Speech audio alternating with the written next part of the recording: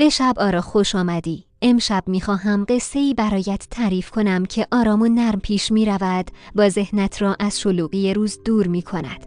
اگر خسته‌ای فقط چند نفس آهسته بکش. این داستان عجله ندارد. قدم به قدم جلو می رود تا تو هم قدم به قدم آرامتر شوی. جاوید از این آدم‌هایی بود که شب را بهتر از روز می فهمید. روز برایش پر از صدا بود. صدای خیابان و حرفها و کارها و نگرانیها. در روز همه چیز باید معلوم باشد. باید بدانی چرا می روی و چرا می ایستی. اما شب که می رسید و خانه ساکت می شد، جاوید حس می کرد می تواند برای چند ساعت از نقش ها فاصله بگیرد و فقط خودش باشد. در کودکی بارها کنار پنجره می ایستاد و به اسمان نگاه می کرد. ستاره ها را مثل نقطه های دور نمی دید. حس می کرد هر ستاره زنده است و با او حرف می زند. او با تاریکی دوست بود. نه به این معنا که از نور بدش بیاید. به این معنا که تاریکی برای او تهدید نبود. تاریکی شبیه پرده‌ای بود که چیزهای پنهان را نگه می داشت. اما سالها گذشت. مدرسه و قانون و بایدها و نگاه دیگران کم کم این بخش نرم را عقب برد. به جاوید گفتند خیال پردازی بچگانه است. گفتند باید جدی باشی. گفتند باید شبیه بقیه باشی. جاوید هم یاد گرفت در روزها عادی باشد. ولی شبها همان حس قدیمی برمیگشت. حسی که انگار پشت پرده دنیا چیزی منتظر اوست. گاهی نیمه شب بیدار میشد و مطمئن بود جایی بوده که اسم ندارد. چیزی دیده بود که یادت نمیماند اما اثرش میماند. مثل بویی که یک لحظه میآید و بعد میرود اما قلب میفهمد چیزی اتفاق افتاده است. آن شب هوای اتاقش سبکتر از همیشه بود. پرده سفید با باد خفیفی تکان می‌خورد. نور ماه روی دیوار خطی کم رنگ کشیده بود. صدای شهر از دور می‌آمد و آرام می‌شد. جاوید روی تخت دراز کشید. چشمهایش را نبست تا فرار کند. فقط می‌خواست چند دقیقه نفس بکشد و ذهنش را خاموش کند. اما درونش انتظار بود. انتظاری بی‌دلیل و در عین حال بسیار واقعی. وقتی چشمهایش را بست، تاریکی مثل همیشه نبود. نرمتر بود، عمیق‌تر بود. صداها دور شدند. بدنش سبک شد و سکوتی ژرف دورش را گرفت. سکوتی که نه سرد بود، نه ترسناک. سکوتی که انگار چیزی را در خود نگه داشته باشد. او نمیدانست چقدر گذشت. اما وقتی چشمهایش را باز کرد، دیگر در اتاق نبود. زیر پایش سطح سفیدی بود که نور ملایمی از این بالا می آمد. مسیری روشن جلوتر ادامه داشت. شبیه پل بود. پل در میان فضایی بسیار باز معلق بود. جاوید سرش را بالا گرفت و نفسش آرامتر شد. اسمان پر از ستاره بود، اما ستاره ها دور نبودند. نزدیک بودند. درخشان بودند. نورشان تیز نبود. مثل چراغی نرم بود که برای راهنمایی روشن مانده است. جاوید یک قدم برداشت. نور زیر پایش اندکی بیشتر شد. قدم دوم را که برداشت دید مسیر جواب می دهد. انگار راه او را می شناسد. این حس به جای ترس امنیت می آورد. جاوید حس کرد این مکان برای او غریبه نیست. مثل بازگشت به جایی که سالها پیش از این دور شده است. او جلو رفت. هرچه جلوتر می رفت فضا نرمتر می شد. ستاره ها انگار آرام جابجا می شدن تا راه بازتر شود. بعد نور مسیر پخش شد و همه چیز تغییر کرد. نه با شوک، نه با لرزشه. مثل وقتی مه آرام کنار می رود و منظره تازه‌ای نشان می دهد. جاوید خودش را در دشتی بزرگ دید. چمنها مثل رشته‌های نور می درخشیدند. نسیمی ملایم می وزید و موجهای کوچک نور روی چمنها می ساخت. اسمان این دشت نه کاملا شب بود، نه کاملا روز. حالتی میان خواب و بیداری داشت. جاوید نفس کشید و بویی حس کرد شبیه بوی باران روی خاک، اما لطیفتر. بویی که بیشتر از هر چیز شبیه خاطره بود. او چند قدم در دشت زد. هر قدم ردی از نور روی زمین میگذاشت و او فهمید اینجا مثل یک جای معمولی نیست. اینجا شبیه یک حس است که شکل گرفته و قابل قدم زدن شده است. در دوردست قامت کوچکی ایستاده بود. جاوید مکث کرد. قلبش ضربه‌ای آرام زد. نه از ترسه، از آشنایی. او به سمت کودک رفت.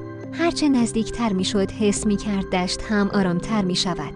کودک تکان نمیخورد. صورتش واضح نبود، نه اینکه تار باشد. انگار هنوز کامل نشده باشد، اما حضورش بسیار واقعی بود. جاوید چند قدم مانده ایستاد. باد کمتر شد. موج چمنها آهسته تر شد. انگار همه چیز منتظر است. در سینه جاوید چیزی تکان خورد، مثل قفلی قدیمی که سالها بسته بوده و حالا کلیدش پیدا شده است.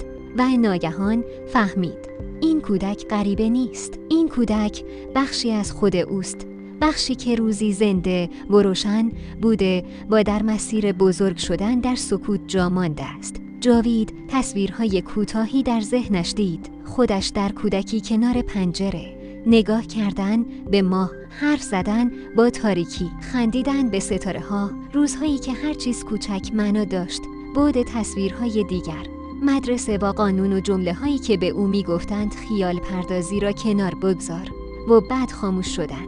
نه با فریاد، با سکوت. جاوید حس کرد نفسش عمیق‌تر شده است. نه از گریه، از رهایی. سالها فکر کرده بود انحس‌های شبانه بی‌معناست. حالا می‌فهمید شب نگهبان چیزهایی است که روز از کنارشان رد می‌شود. نگهبان رویاها، نگهبان خاطره‌ها، نگهبان تکه‌های گم شده ی روح. کودک یک قدم جلو آمد. حرکتش بسیار آرام بود. انگار می‌ترسد اگر تند بیاید دوباره از دست برود. نور اطراف کودک نرمتر شد و صورتش کم کم واضح‌تر شد. چشمانی داشت شبیه چشمهای جاوید در عکس‌های قدیمی. همان نگاه صاف و روشن که هنوز از قضاوت نترسیده است. جاوید دستش را جلو برد. وقتی انگشتانش به دست کودک رسید، دشت مثل یک نفس عمیق روشن‌تر شد. نوری آرام از زیر چمنها بالا آمد و مثل مه نقره‌ای در هوا پخش شد. ستاره‌ها انگار نزدیکتر شدند. نه با حرکت، با حس. در همان تماس جاوید حس کرد چیزی درونش جا می‌افتد. مثل قطعه‌ای که سالها گم شده و حالا در جای خودش نشسته است. سنگینی عجیبی از روی شانه‌هایش برداشته شد. نه به این معنا که زندگی ناگهان ساده می شود. به این معنا که او دیگر از خودش دور نیست. او دیگر تکه تکه نیست. کودک کنار او ایستاد. جاوید احساس کرد دیگر تنها نیست. نه چون کسی همراهش شده، چون خودش دوباره همراه خودش شده است. این حس آرامش عمیقی داشت. آرامشی که با نصیحت به دست نمیاد. آرامشی که از برگشتن به خود پیدا می شود. جاوید دوباره به اطراف نگاه کرد و دشت را واضح‌تر دید. در دوردست نورهای کوچکی در هوا شناور بودند، مثل فانوس‌های بسیار ریز.